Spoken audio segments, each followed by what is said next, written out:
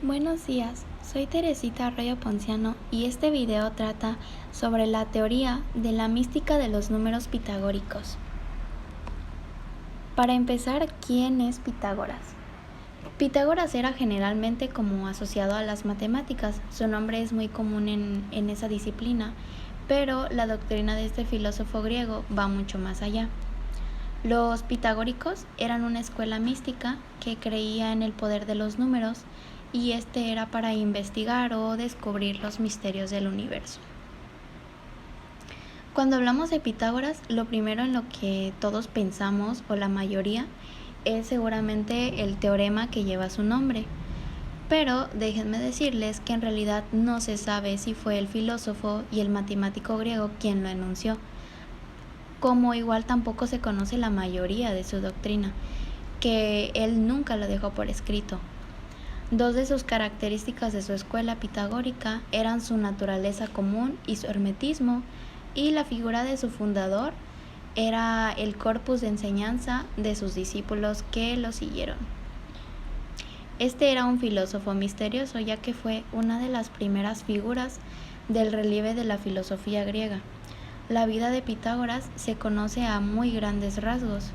Uno de sus primeros datos biográficos son sobre él, que aparece hasta después de 150 años de su muerte. Son muy fragmentarios y son sujetos a su interpretación de las generaciones posteriores, empezando mismo por sus propios discípulos. Pitágoras había estudiado una gran variedad de disciplinas como la poesía, la música, las matemáticas, la astronomía y la filosofía. Este se sabe que era originario de la isla de Samos y que nació alrededor del año 570 a.C.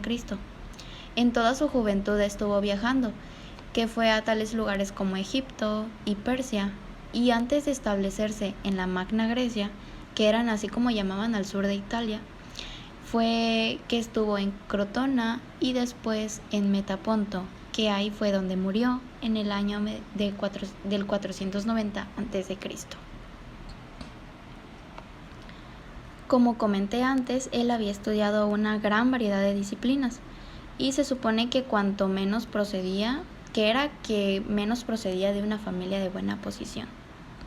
Sabía tocar la lira, que es el instrumento que está en la primera foto, y componía poesía y recitaba Homero. Dominaba mucho las matemáticas y la astronomía, y dentro de eso conoció a grandes personajes, como a Tales de Mileto.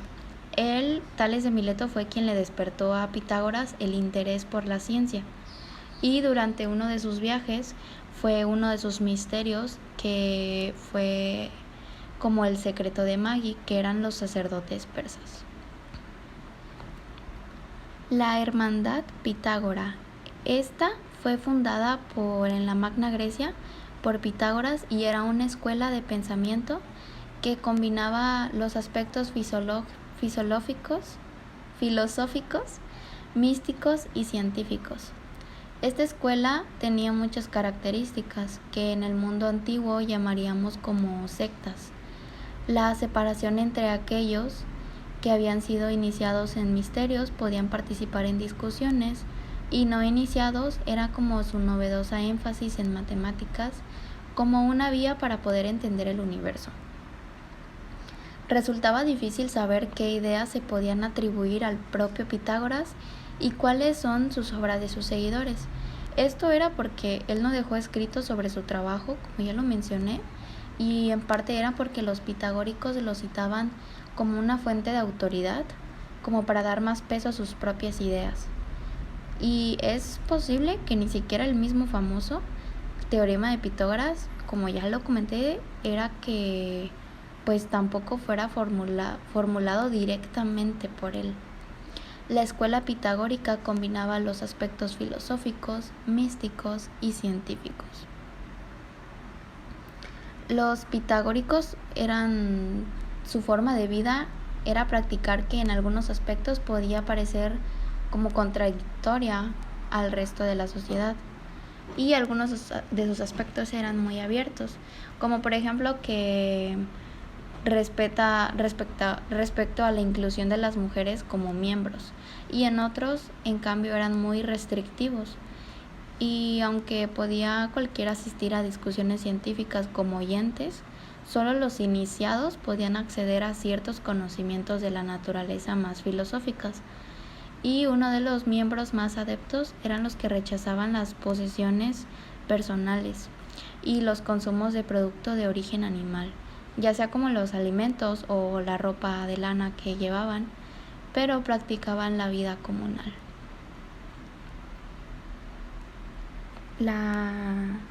El punto de este tema es como el poder de los números, y su idea central del pensamiento pitagórico era que los números eran la esencia de todas las cosas, y de ahí la escuela, que se centraba como en el estudio de las matemáticas y la geometría, a pesar de todas las disciplinas que él había aprendido. Se consideraba a Pitágoras como el padre de estas dos disciplinas y en el mundo griego, pero posiblemente aplicó conocimientos de los babilonios, como su isla natal, que estaba frente a la costa jónica, y estaba en contacto con el mundo persa. Lo que ha trascendido de su doctrina pitagórica era la matemática y la geometría, pero sus practicantes tenían una dimensión mística detrás, como por ejemplo que a ciertos números y figuras se le atribuían cualidades especiales, una creencia que aplicaban a campos tan distintos como la astronomía o la música o la metafísica. Una parte de ese conocimiento era que estaba reservado a los iniciados, que tenía un componente casi mágico que consideraban que no debía tener al alcance cualquier persona. Los pitagóricos consideraban que las cifras y las figuras eran como una clave para entender la naturaleza del universo. Por ejemplo, el símbolo secreto con el que ellos se identificaban era el pentagrama. Para ellos este representaba al ser humano con la cabeza y las 4 extremidades. El 10 era como considerado el número perfecto para ellos, ya que era la suma de los primeros 4 números, 1 más 2 más 3 más 4, y poder disponerse en forma de pirámide. También descubrieron otras cosas. Los números irracionales y los dodecaedros estudiaron en profundidad sus triángulos y sus propiedades. Otra de las cosas era que en el campo de la astronomía sostenían la idea de que la Tierra era una esfera, aunque su modelo del cosmos, que era como que había un fuego central alrededor del cual giraban todos los cuerpos celestes, dictaba mucho de la realidad. Por otra parte, en las artes, sus aportaciones más importantes fueron como el estudio de los intervalos musicales y de sus proporciones geométricas. Un gran escultor de la antigua Grecia, que era Fidias, aplicó nociones del pensamiento pitagórico en sus obras de Atenas y de Olimpia. En el Renacimiento se produjo una revaloración del pensamiento pitagórico, que fue en el campo artístico, y especialmente en el dibujo. Fue inspirado el desarrollo de las nociones como la perspectiva y la proporción aérea que revolucionaron la pintura. Perdón. Este fue todo mi tema. Espero haya sido de su agrado y espero hayan entendido.